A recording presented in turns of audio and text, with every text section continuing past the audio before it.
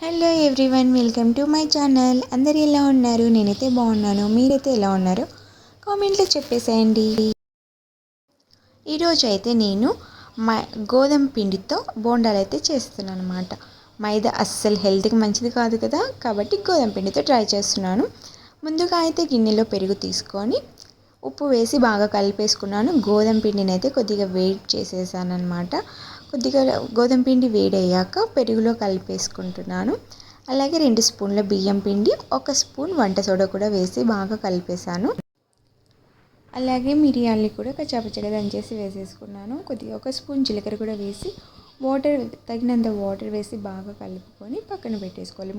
మూత పెట్టేసి ఒక 1 అవర్ అయితే పక్కన పెట్టేసుకోవాలి. ఇప్పుడైతే ఆయిల్ బాగా వేడయ్యాక బోండాలు అయితే వేసేస్తున్నాను. బోండాలు అయితే బాగా వచ్చేసాయి, టేస్ట్ కూడా బాగుంది. ఒకసారి మీరు కూడా ట్రై చేయండి. ఈ వీడియో కనుక మీకు నచ్చినట్టయితే లైక్ చేయండి, షేర్ చేయండి, ఛానల్ని అయితే సబ్స్క్రైబ్ చేయడం మర్చిపోవద్దు. Thank you, bye bye.